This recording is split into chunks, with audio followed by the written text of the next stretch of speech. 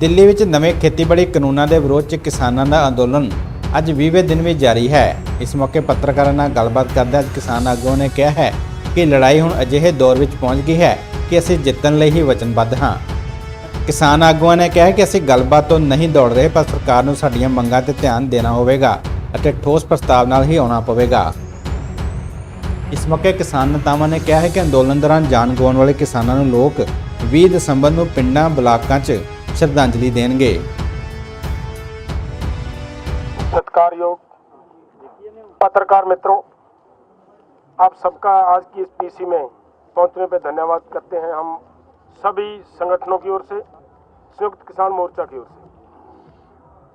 आज की press conference में मेरे बारे में मेरा ख्याल है बहुत सारे साथी जानते होंगे, जगजीत सिंह डल्लेवाला, स्टेट प्रेसिडेंट भारतीय किसान यूनियन एकता सिद्धूपुर, और मेरे साथ बैठे हैं ऋषिपाल अमावता जी, उनके आगे संदीप गिड्डे जी महाराष्ट्र से हैं, करण बराड़ जी हमारे पंजाब से हैं, इधर इंद्रजीत सिंह जी हरियाणा से, और युद्धवीर जी को मेरा ख्याल है दिल्ली सारी जानती होगी।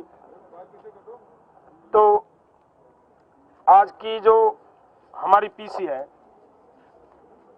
आज की जो बैठक हुई है, 2 बैठकें हुई हैं, पहले पंजाब की हुई है, उसके बाद ये पूरे देश लेवल की बैठक हुई है। बड़े दुख से हमें ये बात बतानी पड़ रही है आपको कि आज तक जितना हम दिल्ली आकर आंदोलन लड़ना शुरू किया है, पीछे से बहुत कुछ हुआ, यहाँ तक आते आते आज की इस डेट में पहुँचते पहुँचते हमारे लगभग 13-14 किसान, रोज एक किसान की एवरेज आ रही है, शहीद हो रहा है।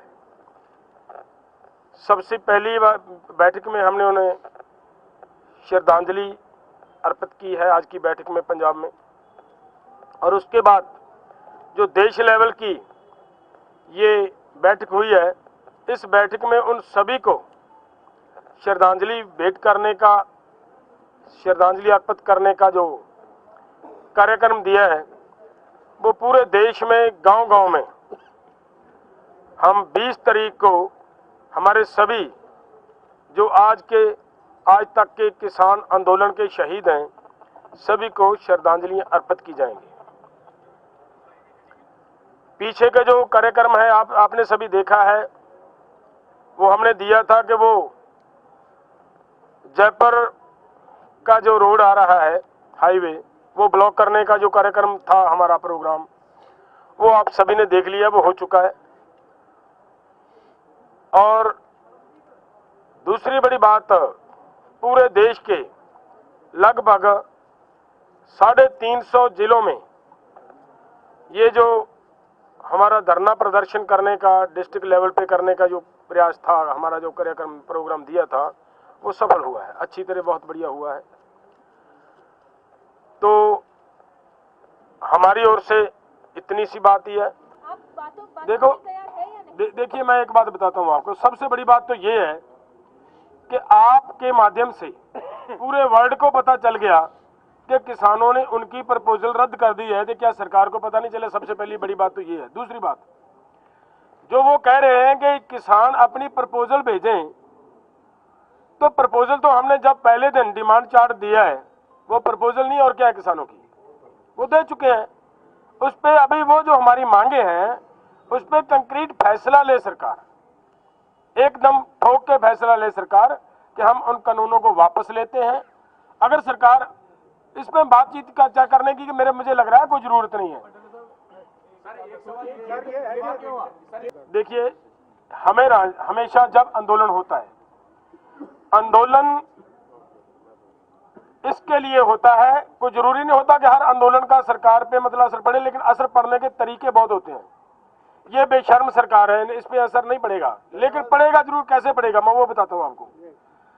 पूरे वर्ल्ड में जब किसान, जिनके पास इतना सारा खाने के लिए सामान पड़ा हो, और यहाँ पे आप देखा होगा ड्राई फ्रूट्स के लंगर लगे हुए हैं, लेकिन किसान भूख पे बैठा है, भूख हड़ताल पे बैठा है, तो उसका मैसेज पूरे वर्ल्ड में जाएगा, वर्ल्ड में गया भी है। उधर से सरकार को फिटकार पड़ेगी तो उधर से ही हमारा मैसेज सरकार के पास जाएगा। सीधा तो भाई ये दिखता तो इनको भी है, लेकिन इनके मन में किसान के प्रति कहीं भी सहमति नहीं है। हाँ, देखिए ये पहली बार हुआ है ना, कभी ऐसा भी हुआ है?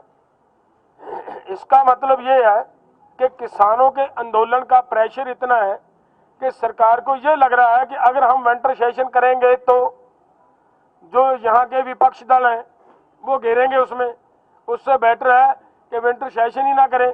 इसका मतलब ये है कि सरकार अपने आप वो हार मान चुकी है इस आंदोलन के सामने। देखो सभी भाइयों को मैं ये बता दूं आपको, सरकार ये कह रही है कि हम इसे वापस नहीं लेंगे, हम ये कह रहे हैं कि हम इसे वापस करवाएंगे। सरकार की और मंशा है, हमारी और जिद है। जिद नहीं, हमारी मजबूरी भी है। केवल सरकार तो जिद कह सकती है, मजबूरी है, क्योंकि अगर ये कानून वापस नहीं होते तब किसान की होंद मिटती है। किसान नहीं रहेगा देश में। अगर किसान नहीं रहेगा देश में तो देश का हर उपभोक्ता को खाने के लिए, मैं उस दिन भी पीसी में बोला था, 9,000 से अधिक रेट पर गेहूं मिलेगी। ये हालात बनेंगे देश में, और इसके लिए सरकार पूरे देश को कारपोरेट्स के हाथों बेचना चाहती है, उनके हाथों से लूट करवाना चाहती है। तो वो इस जिद पे है, लेकिन किसान के लिए ये बहुत बड़ी बात है।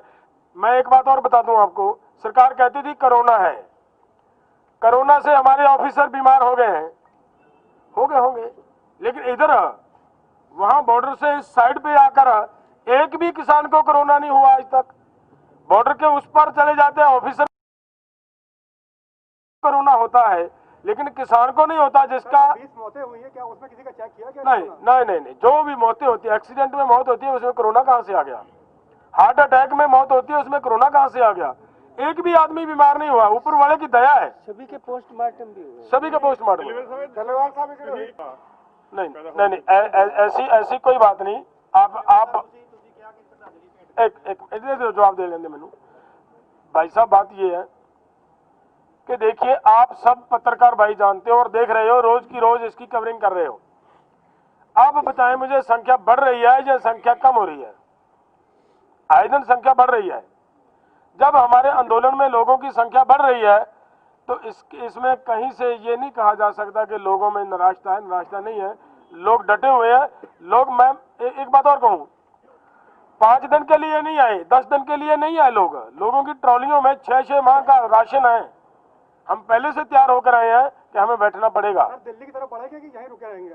नहीं, देखिए वो समय बताएगा आगे आने वाले समय में। Bureau report, Punjab today.